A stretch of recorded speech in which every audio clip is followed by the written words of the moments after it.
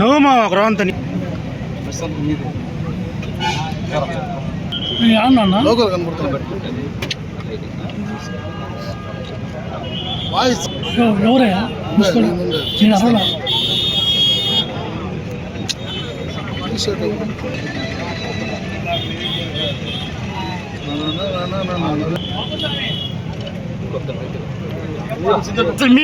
మీద ఉంది మీరు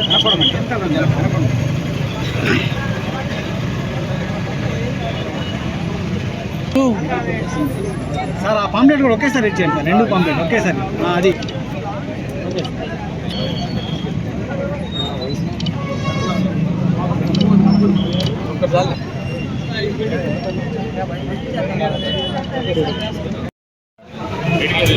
తమ్ముడు పక్క పెట్టుకొచ్చి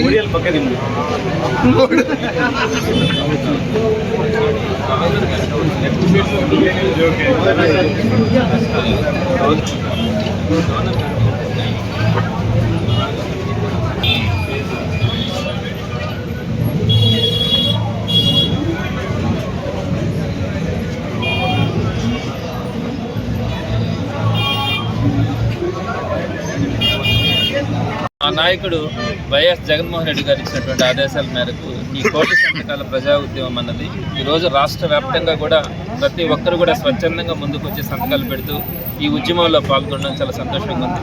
ఇందులో ప్రధానంగా నెల్లూరు నగర నియోజకవర్గం గురించి అందరికీ తెలిసిందే.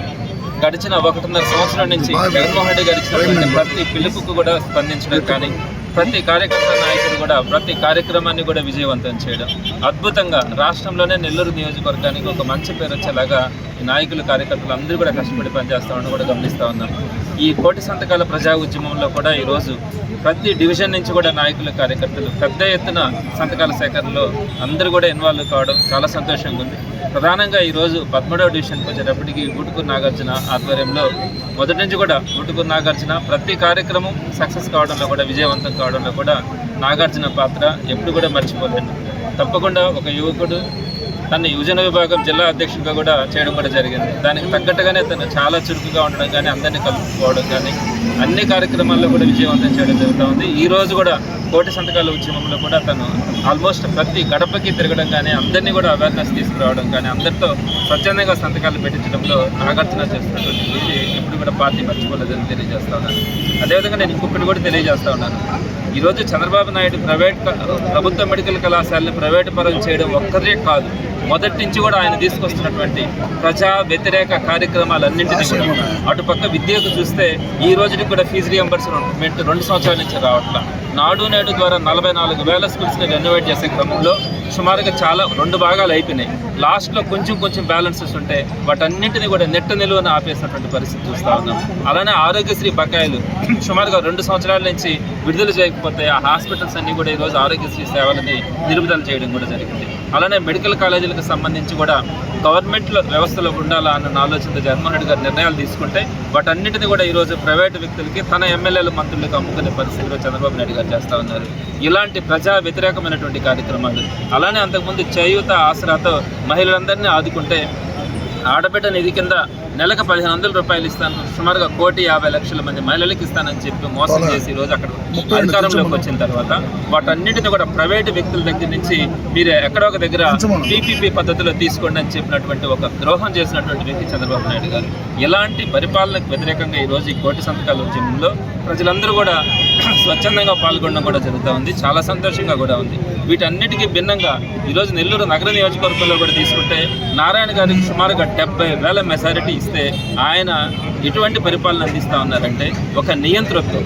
నెల్లూరులో నేను ఏం చెప్తే అదే, నేను చెప్పిందే జరగాల అని ఆయన తీసుకుంటున్నటువంటి ఒక నారాయణ ఇన్స్టిట్యూషన్స్లో ఆయన ఏ విధమైనటువంటి నిర్ణయాలు తీసుకుంటారో ప్రభుత్వంలో కూడా అదే విధమైనటువంటి నిర్ణయాలు.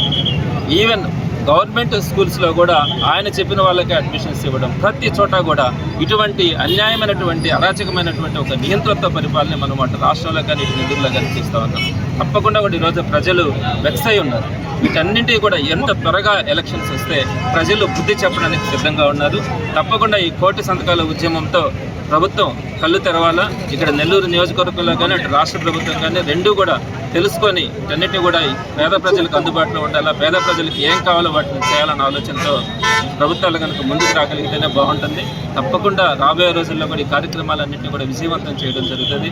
ప్రభుత్వం ఏదైతే ఆలోచిస్తూ ఉందో ప్రజలకు వ్యతిరేకంగా ఉన్నటువంటి వాటన్నిటినీ కూడా నెరవేర్చే క్రమంలో వైఎస్ జగన్మోహన్ రెడ్డి గారి ఆదేశాల మేరకు తప్పకుండా నెల్లూరు నగర నియోజకవర్గంలో రాబోయే రోజుల్లో కూడా ఇదే విధంగా పనిచేయడం కూడా జరుగుతుందని తెలియజేస్తా ఉన్నాను. ఈరోజు ఈ కార్యక్రమంలో పాల్గొంటున్నటువంటి నాయకులందరికీ కూడా, అలానే కార్యకర్తలు, ప్రజలందరికీ కూడా పేరు పేరున ధన్యవాదాలు తెలియజేస్తాను. రచ్చబండలో భాగంగా కోటి సంతకాలు అనే కార్యక్రమానికి నెల్లూరు సిటీకి సంబంధించి మా నాయకుడు ఎమ్మెల్సీ శ్రీ పర్వతిరెడ్డి చంద్రశేఖర్ రెడ్డి గారు ఈ యొక్క కార్యక్రమంలో పాల్గొన్నందుకు నాకు చాలా సంతోషంగా ఉంది.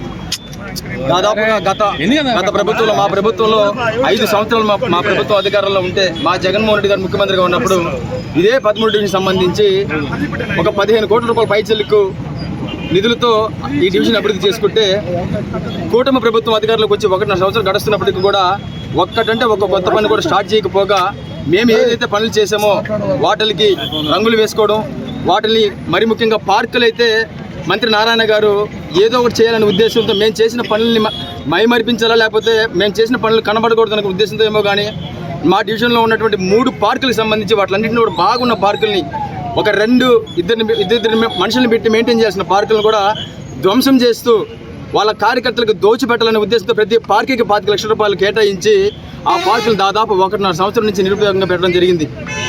ఒక 2 నెలల తర్వాత 3 నెలల తర్వాత ఆ పార్కులను కూడా బెలూన్లు, ఆర్చీలు ఏర్పాటు చేసి మళ్ళీ ఘనంగా ఆయన రీఓపెన్ చేసి ఆయనే పార్కులు కట్టాననే విధంగా కూడా చెప్పుకునే పరిస్థితి కూడా రాబోయే 2-3 నెలలు కూడా మనం చూస్తాం. ఈరోజు నేను ఒకటే చెప్తా ఉన్నా, మీడియా ముఖంగా మా నాయకుడు చంద్రశేఖర్ రెడ్డి గారి ఆదేశాలతో డివిజన్లో అధికారం ఉన్నా లేకపోయినా సరే ఈరోజు ప్రతి ఒక్క కార్యకర్తకి మేము అండగా ఉన్నాం. ఈరోజు మీరు చేసిన దౌర్జన్యాలని, దుర్మార్గాలను చూస్తూ ఉన్నాం ఇప్పటిదాకా కూడా. కానీ జగన్మోహన్ రెడ్డి గారు పేద ప్రజల కోసం ఆలోచన చేస్తూ ఒక్కసారి ముఖ్యమంత్రి అయినా సరే 17 మెడికల్ కాలేజీలు తీసుకొచ్చి ప్రతి ఒక్క పేద విద్యార్థికి వైద్యం అందే విధంగా వాళ్ళు డాక్టర్లు అవ్వాలి అనే ఒక గొప్ప సంకల్పంతో 17 మెడికల్ కాలేజీలు తీసుకొస్తే అవన్నీ కూడా పూర్తి చేసిన పరిస్థితులు ఈరోజు రాష్ట్రంలో దాదాపు 7 కాలేజీలు పూర్తి అయిపోతే కూడా ఆ కాలేజీల్ని ప్రభుత్వమే నడపాల్సిన పరిస్థితులు ఉంటే, ఈ కూటమి ప్రభుత్వం అధికారంలోకి వచ్చిన తర్వాత ఈ చాతగాని ముఖ్యమంత్రి ఎవరైతే ఉన్నాడు చంద్రబాబు నాయుడు గారు కనీసం ఆ కాలేజీల్ని ప్రభుత్వం తరపు నడిపించుకుంటా ఆయన బినామీలకు దారాదత్తం చేసే కార్యక్రమం చేస్తూ ఉన్నాడు. నేను మీడియా ముఖంగా డివిజన్ ప్రజలకు కావచ్చు, నెల్లూరు నగరంలో ఉన్న యావత్ యువత అందరూ కూడా ఒకటే విన్నపం చేస్తూ ఉన్నా. ఈరోజు వాళ్ళు చేసిన దౌర్జన్యం అన్నీ కూడా చూస్తూ ఊరుకున్నాం.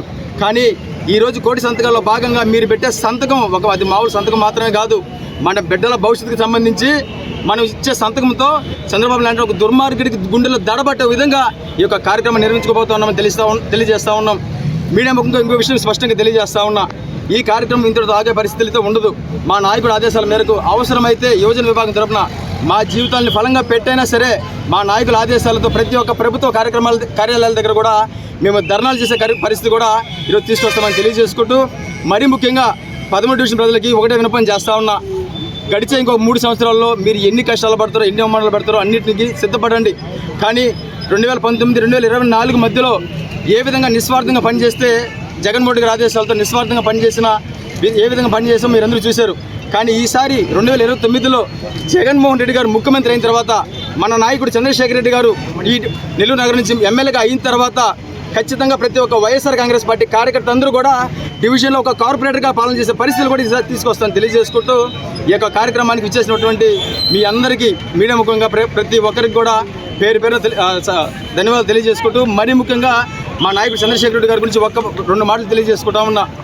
పార్టీ కష్టకాలంలో ఉన్నప్పుడు ఆయన ఎమ్మెల్సీగా ఉండి కూడా మా అధినాయకుడు జగన్మోహన్ రెడ్డి గారు ఒక మాట చెప్పాడని సిటీ ఇన్ఛార్జ్గా బాధ్యతలు తీసుకొని ఈరోజు నెల్లూరు నగరంలో ఉన్నటువంటి 28 డివిజన్లో ఉన్న ప్రతి ఒక్క కార్యకర్తకి భరోసా ఇస్తూ అందరినీ కలుపుకుంటూ ఈరోజు కొండంత అండగా మా నగరంలో ఉన్న ప్రతి ఒక్క కార్యకర్తకి నాయకుడికి నిలబడినందుకు ఆయనకి పేరు మేము ధన్యవాదాలు తెలుపుకుంటూ, ఖచ్చితంగా రాబోయే ఎప్పుడు ఎన్నికలు జరిగినా సరే 13 డివిజన్లో 2014, 2019లో అనిల్ కుమార్ యాదవ్ గారికి ఏ విధంగా అయితే డివిజన్ నుంచి మేము మంచి మెజార్టీ తెచ్చి గెలిపించుకున్నామో అంతకు రెట్టింపు మెజార్టీతో చంద్రశేఖర్ రెడ్డి గారిని గెలిపించుకుంటామని మనస్ఫూర్తిగా ఈరోజు ఈ కార్యక్రమానికి వచ్చిన ప్రతి ఒక్కరికి పేరు ధన్యవాదాలు తెలుపుకుంటూ